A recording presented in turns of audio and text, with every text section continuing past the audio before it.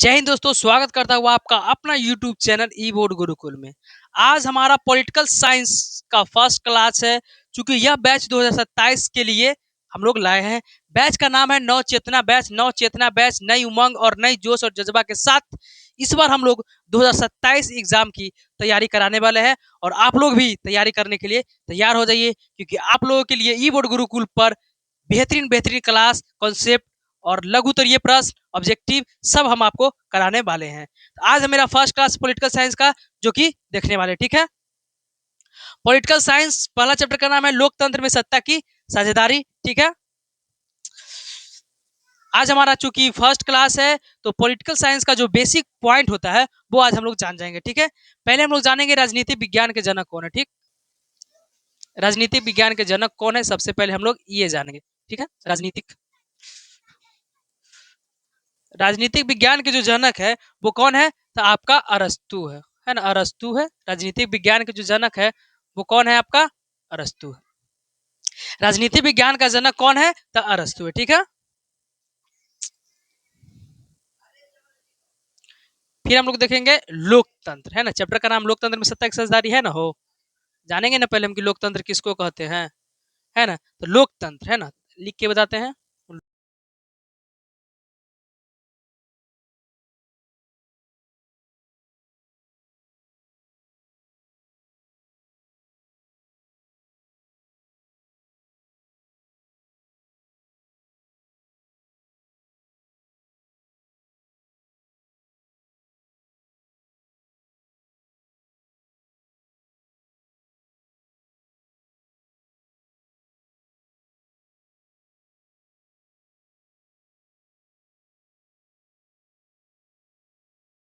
ये रहा आपका लोकतंत्र का डिफिनेशन। लोकतंत्र ऐसी शासन व्यवस्था है जिसमें सत्ता जनता के हाथों में होती है और जनता अपने प्रतिनिधियों का चुनाव अपने वोट के माध्यम से चुनती है, और वो प्रतिनिधि जो कि जनता के हितों में काम करती है, उसी को हम लोग लोकतंत्र कहते हैं। ठीक है, लोकतंत्र का एक और डिफिनेशन है, अब्राहम लिंकन जी दिए, एक डिफिनेशन दिए, क्या है, लोकतंत्र।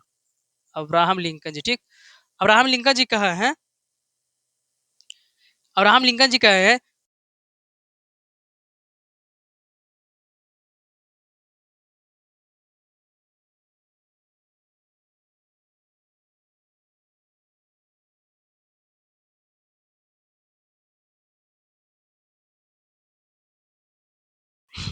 है ना, है ना, प्रसिद्ध वैज्ञानिक अब्राहम लिंकन जी, लोकतंत्र का मतलब होता है कि लोकतंत्र जनता का, जनता के लिए और जनता के द्वारा चलाए गए शासन को ही लोकतंत्र कहते हैं। ये किसने कहे थे, तो अब्राहम लिंकन जी ने कहे थे, है ना। ऑब्जेक्टिव प्रश्न में पूछा जाता है कि लोकतंत्र जनता का, जनता के द्वारा और जनता के लिए गए चलाए गए शासन को लोकतंत्र कहते हैं, यह किसने कहा, तो आपका इब्राहिम लिंकन जी ने कहा। कौन किया था, अब्राहम लिंकन जी ने कहे थे। ठीक है, फिर उसके बाद सत्ता की साझेदारी, है ना। लोकतंत्र हम लोग जानेंगे, अब हम लोग जानेंगे सत्ता की साझेदारी।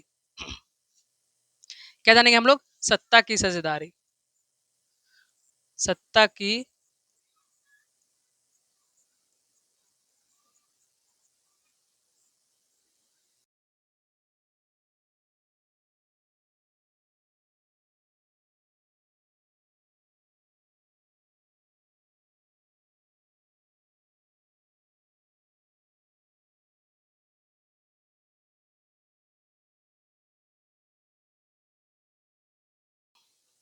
क्या सत्ता की साझेदारी, जब देश के शासन विभिन्न समुदाय के बीच या विभिन्न राजनीतिक दल के बीच मिलकर बना हो तो उसी को सत्ता की साझेदारी कहते हैं।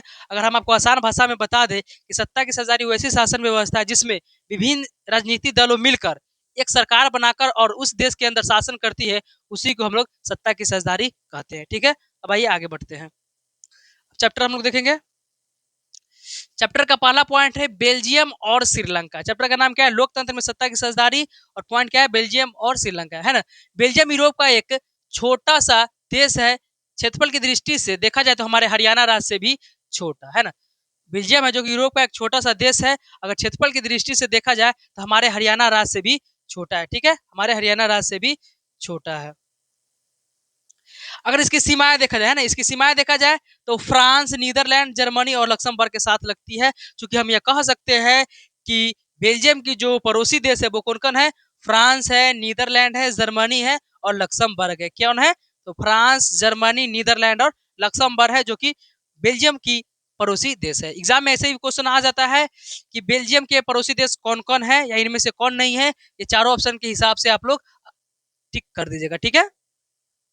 फिर बेल्जियम की जो आबादी है ना, बेल्जियम की जो आबादी है वो लगभग 1 करोड़ से अधिक है, यानी हमारे हरियाणा से आधी आबादी है ना। बेल्जियम की जो आबादी है वो लगभग 1 करोड़ से अधिक है ना, 1 करोड़ से अधिक है, और हरियाणा राज्य से भी, हरियाणा राज्य के आधी है ना। आबादी देखा जाए इसका तो 1 करोड़ से अधिक यानी हरियाणा से आधी है, ठीक है। फिर हम लोग देखने वाले हैं बेल्जियम की जातीय बनावट। क्या है? बेल्जियम की जातीय बनावट है ना। बेल्जियम में 3 तरह के भाषी वाले लोग हैं। पहला है डच भाषी लोग, जो कि 69% लोग हैं, जो फ्लेमिश इलाके में रहते हैं, ठीक है ना। फिर है दूसरा फ्रेंच, है ना। फ्रेंच भाषी के जो लोग हैं वो 40% आपका बिलोनिया वाले क्षेत्र में रहते हैं। फिर है जर्मन, जो कि 1% जो लोग बसते हैं, शेष लोग 1% है जो कि जर्मनी में रहते हैं, ठीक है। अगर हम आपको मैप के माध्यम से बताया जाए तो ये जो आपका डच दिख रहा है, येलो वाला जो मैप दिख रहा है आपका यहाँ पूरा, है ना, इसको छोड़कर, है ना, इसको छोड़कर देखा जाए तो ये यहाँ पर देखा जाए तो 69% जो लोग हैं ना वो डच भाषी के लोग हैं। और ये वाला जो रेड वाला एरिया है ना, ये वाला रेड वाला एरिया इतना देखा जाए तो यहाँ पे 40% है ना। कितनी प्रतिशत? 40% कौन सा भाषी के लोग हैं? तो फ्रेंच भाषी के लोग हैं। और यहाँ पे जो आपको दिख रहा होगा थोड़ा सा, यहाँ पे दिख रहा होगा ये वाला जो क्षेत्र है ना वो किसका है? तो जर्मनी का। वहां पर 1% लोग रहते हैं, यहाँ पे 69% और यहाँ पे 40%, ठीक है। फिर आगे हम लोग देखेंगे, आगे है बेल्जियम, आगे है ब्रुसेल्स, है ना। बेल्जियम की राजधानी, अब हम लोग ब्रुसेल्स के बारे में जानने वाले, ठीक है ना। तो ब्रुसेल्स में देखा जाए तो 80% आबादी है जो कि फ्रेंच बोलती है ना। ब्रुसेल्स में देखा जाए तो जो वहाँ के जो 80% जो आबादी है ना वो कौन सी भाषा बोलती है? 80%। और 20% आबादी देखा जाए तो डच बोलती है। 20% आबादी डच बोली जाती है। अगर हम पूरे बेल्जियम की बात करें, है ना, अगर पूरे हम बेल्जियम की बात करें तो यहाँ पे, है ना, यहाँ पे डच भाषी के जो लोग है वहाँ पे कितनी है? 59% है। कितने? 59% बोलते हैं। और उसके बाद फिर दूसरा क्या है? अगर वही फ्रेंच भाषी के जो लोग है ना, फ्रेंच भाषी के जो लोग है वो कितनी है? तो 40% है। ये पूरे हम बेल्जियम की बात किए, ठीक ठीक। और यहाँ पे हम लोग बेल्जियम की राजधानी ब्रुसेल्स की बात करें तो 80% जो लोग है वो फ्रेंच भाषी बोलते हैं और 20% डच बोलती है। ये कहाँ पे बोली जाती है? तो ब्रुसेल, बेल्जियम की राजधानी ब्रुसेल्स में, ये वाला इलाका में, है ना। ये वाला इलाका जो ब्रुसेल्स आपको दिख रहा है यहाँ पे 80% है जो कि फ्रेंच भाषा बोलती है। कौन सी भाषा बोलती है? फ्रेंच भाषा यहाँ पे 80% बोली जाती है, ठीक है। हमको आशा करते हैं कि आप लोग को समझ में आ गया होगा, ठीक है। अब आगे बढ़ते हैं। आगे डच को बहुसंख्यक कहा गया है और फ्रेंच को अल्पसंख्यक कहा गया है ना। डच को है जो कि बहुसंख्यक कहा गया है। क्यों कहा गया है? क्योंकि अगर पूरा बेल्जियम की हम बात करते हैं तो यहाँ पे 59% जो लोग है या जो भाषी बोलती है वो कौन है? कितने, कौन से लोग है? तो डच लोग है, डच लोग है। और अल्पसंख्यक फ्रेंच जो कि कितनी है? तो 40% है। कहीं ना कहीं देखा जाए तो 59% से कम कितनी है? तो 40 है। तो अगर देखा जाए तो यहाँ पे बहुसंख्यक किसको कहा गया है? डच को बोला गया कितनी है? तो 59% है। और अल्पसंख्यक फ्रेंच को कहा गया है ना। अल्पसंख्यक लोग तुलनात्मक रूप से ज्यादा समृद्ध और ताकतवर रहे हैं, है ना। अल्पसंख्यक लोग जो है वो तुलनात्मक रूप से देखा जाए तो इनकी समृद्धि और ताकतवर अधिक रहे हैं। फिर अगर वही बहुसंख्यक की बात करें तो बहुत बाद में जाकर आर्थिक विकास और शिक्षा लाभ पाने वाले डच भाषी लोगों की इस स्थिति से नाराजगी थी। देखिए वहाँ डच भाषी के जो लोग थे बहुत नाराज थे। इन लोगों का कहना था कि हम लोग की आबादी कम है लेकिन समृद्धि और पैसों के मामले में हम लोग बहुत ही पीछे है, ठीक है। आइए अब आगे देखते हैं। आगे है एथनिक या जातीय हिंसा, है ना। एक ये एथनिक और बेल्जियम के अंदर एथनिक और जातीय हिंसा का हम लोग देखने वाले हैं। यहाँ पे क्या है?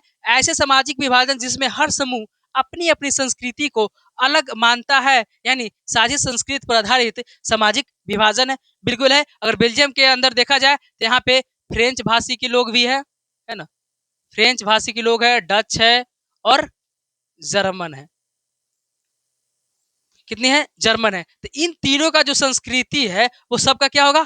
अलग अलग होगा। कैसी होगी? अलग अलग होगी। ये तीनों के, फ्रेंच का अलग होगा, डच का अलग होगा और जर्मन भाषी के जो लोग हैं उनका अलग होगा, ठीक है। फिर है किसी भी जातीय समूह के सभी सदस्य मानते हैं कि उनकी उत्पत्ति समान पूर्वजों और शारीरिक बराबर उनकी संस्कृति एक जैसी है, ठीक है। फिर है जरूरी नहीं है कि ऐसे समूह के सदस्य एक धर्म को मानने वाले हो या उनकी राष्ट्रीयता एक है ना। जरूरी नहीं है कि यहाँ के जो लोग है ना, फ्रेंच और डच और जर्मन लोग हैं, उनकी संस्कृति एक होगी और उनकी राष्ट्रीयता एक होगी, ये जरूरी नहीं है। ठीक है, अब हम लोग आगे देखने वाले हैं।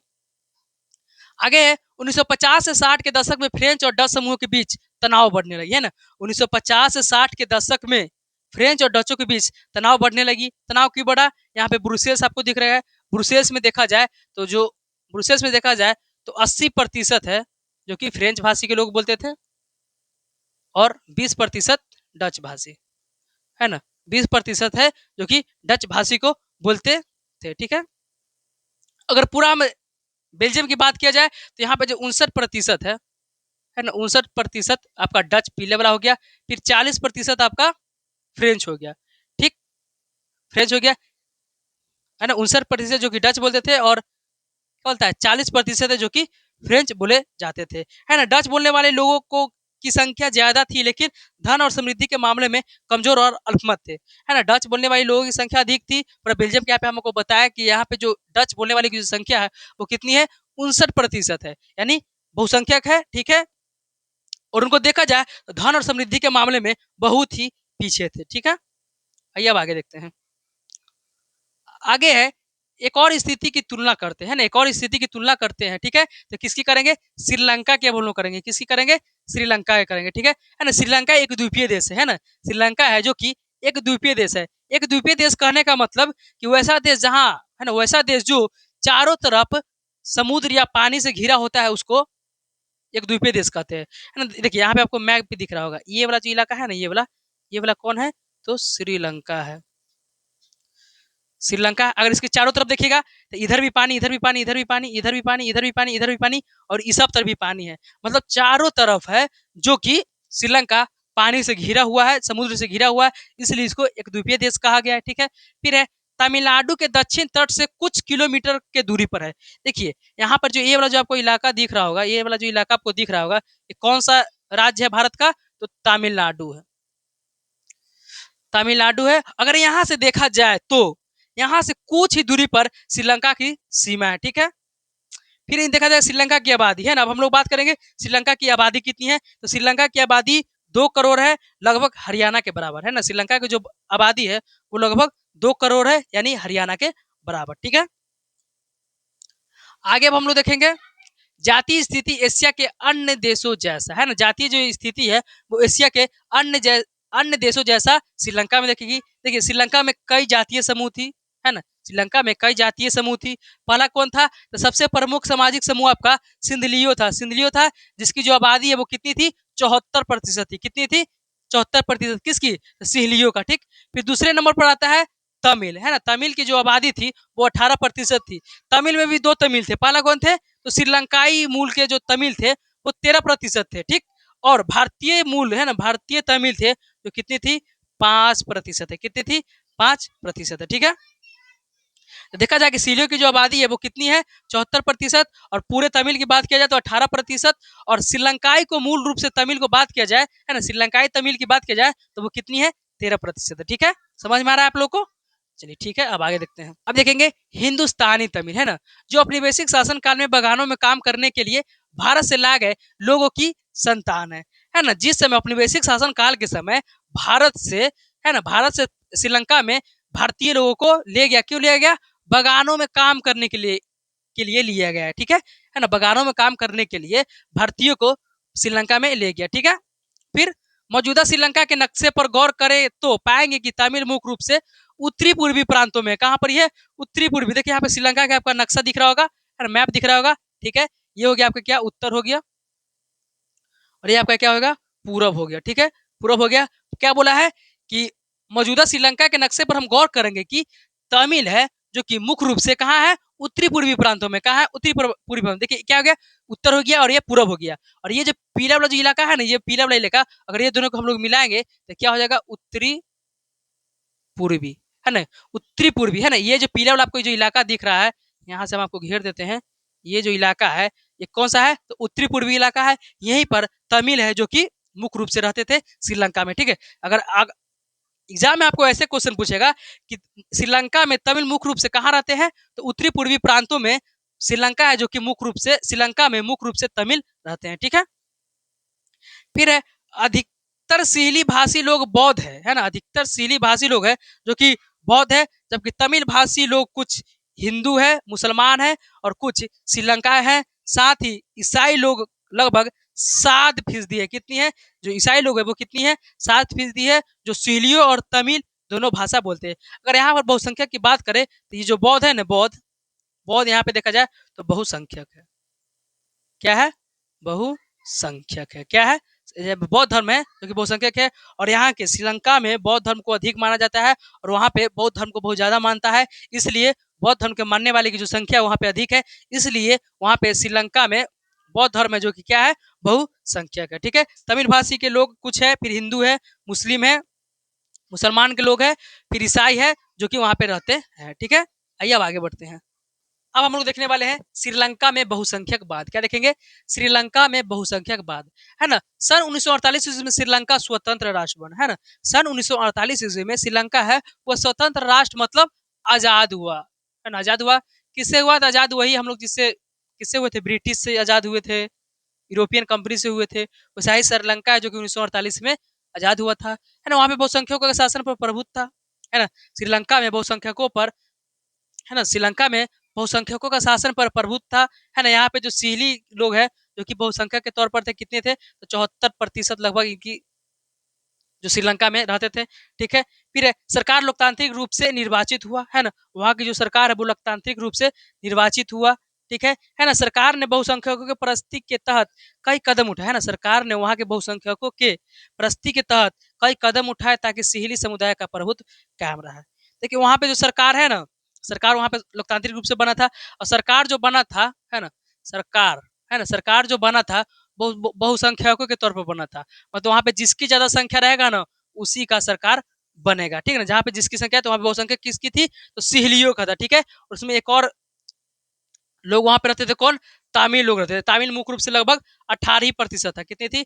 18% था। बाकी कौन था? सीली भाषी यानी बौद्ध धर्म के लोग थे, जो मानते थे वही थे, यानी सीली हम लोग बोलेंगे। तो वहां पे जो सरकार बना था वो बहुसंख्यकों के तौर पर बना था, इसलिए कह रहा है कि सरकार ने बहुसंख्यकों परिस्थिति के तहत कई कदम उठाए ताकि सीली समुदाय का प्रभुत्व कायम रहे। मतलब साफ साफ बोल रहा है कि सरकार वहां बहुसंख्यक जो लोग थे उनके लिए बहुत अच्छा अच्छा कदम उठाए, उनके लिए बहुत सारा अच्छा अच्छा काम किए। कौन किए? तो वहां की सरकार जो बहुसंख्यक सरकार थी वो किए थे, ठीक है, बहुसंख्यकों के लिए, ठीक है। अब आगे देखते हैं। 1956 में एक कानून बनाया गया जिसके तहत तमिल लोगों को दरकिनार कर दिया गया और सीली को एकमात्र राजभाषा घोषित कर दिया गया। देखिए 1956 में एक कानून बनाया गया था, ठीक है, जिसके तहत तमिल लोगों को दरकिनार यानी साइड करके सीली को एकमात्र राजभाषा घोषित कर दिया। देखिए 1956 में एक कानून बना था, उसमें तमिल लोग थे उनको साइड कर दिया गया कि आप लोग अब हटिए, और वहां की जो सिहली लोग थे उनको उनकी भाषी को राजभाषा का दर्जा दे दिया, है ना। राजभाषा बना दिया किसको? सिहली भाषी को, है ना। सिहली को वहां के राजभाषा घोषित कर दिया गया, ठीक है। विश्वविद्यालय और सरकारी नौकरियों में सिहलियों को प्राथमिकता देने की नीति भी चली, है ना। विश्वविद्यालय और सरकारी नौकरियों में जो सिहली भाषी के जो लोग थे उनको प्राथमिकता मतलब उनको प्रथम स्थान पर रखा गया।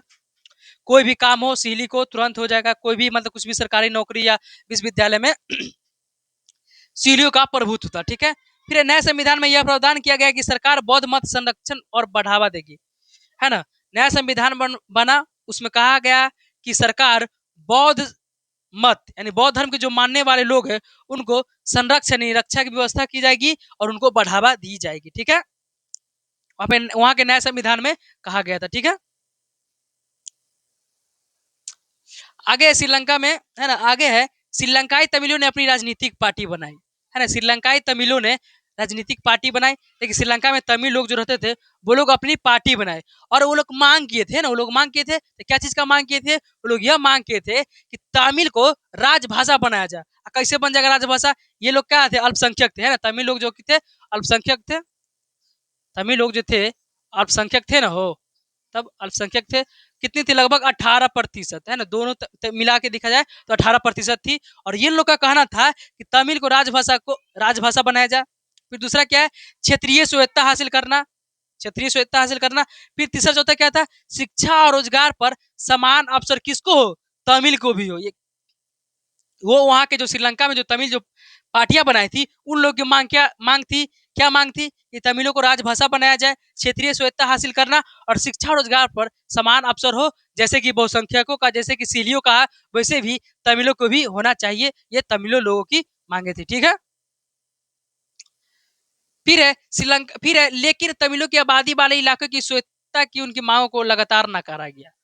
जो तमिल लोग, जो तमिल पार्टी लोग जो बनाए थे, उन लोग के जो भी मांग किए थे उनको नकारा गया। ठीक है, फिर 1980 के दशक तक उत्तरी पूर्वी श्रीलंका में स्वतंत्र तमिल ईलम यानी सरकार बनाने की मांग को लेकर अनेक राजनीतिक संगठन बने।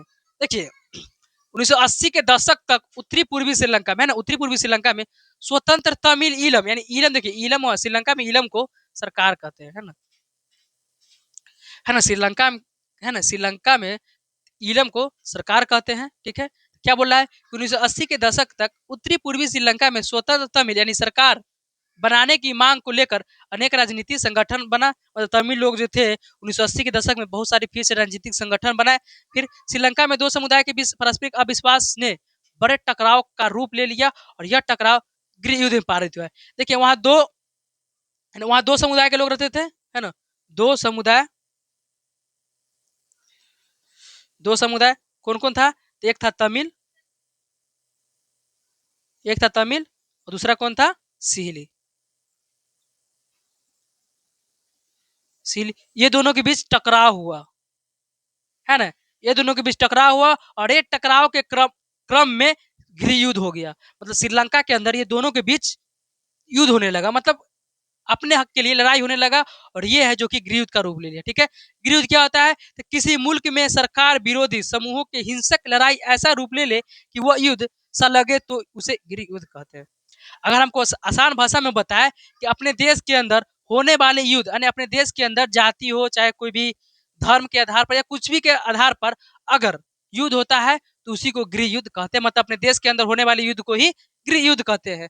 ठीक है, अब आगे देखते हैं, आगे किया है, परिणाम स्वरूप दोनों पक्षों के हजारों लोगों की रोटी चौपट हो गई। हमारे क्षेत्र के देशों में आर्थिक विकास, शिक्षा, स्वास्थ्य के मामले में श्रीलंका का रिकॉर्ड सबसे अच्छा है। देखिए दोनों पक्षों, मतलब कि एक श्रीलंकाई के जो सीली भाषी के लोग थे जे और तमिल, ये दोनों को हजारों, इन दोनों के बीच रोजी रोटी चौपट हो गई। ठीक है, फिर क्या है, लेकिन वहां के गृह युद्ध से मुल्क से सामाजिक, सांस्कृतिक और आर्थिक जीवन में काफी परेशानियां पैदा हुई। देखिए वहां के गृह युद्ध से उस देश में सांस्कृतिक, सामाजिक और आर्थिक के जरिए उन लोगों को काफी परेशान हुई, है ना। सीली भाषी और तमिल लोगों के बीच हमेशा से वहाँ युद्ध होते रहा और युद्ध के क्रम में वहां पे बहुत ज्यादा परेशानियां पैदा होते रही और युद्ध होते रहा। ठीक है, फिर 2009 में श्रीलंका में गृह युद्ध का अंत हुआ। कब हुआ, स्टार्ट कब हुआ था, लगभग 1948 से स्टार्ट हुआ और कब समाप्त हुआ, तो 2009 में। कब हुआ था, 2009 में श्रीलंका में गृह युद्ध का अंत हुआ। ठीक है, इसी के साथ यह क्लास मेरा खत्म हो गया है। हम जल्द ही पार्ट 2 लेकर आने वाले हैं।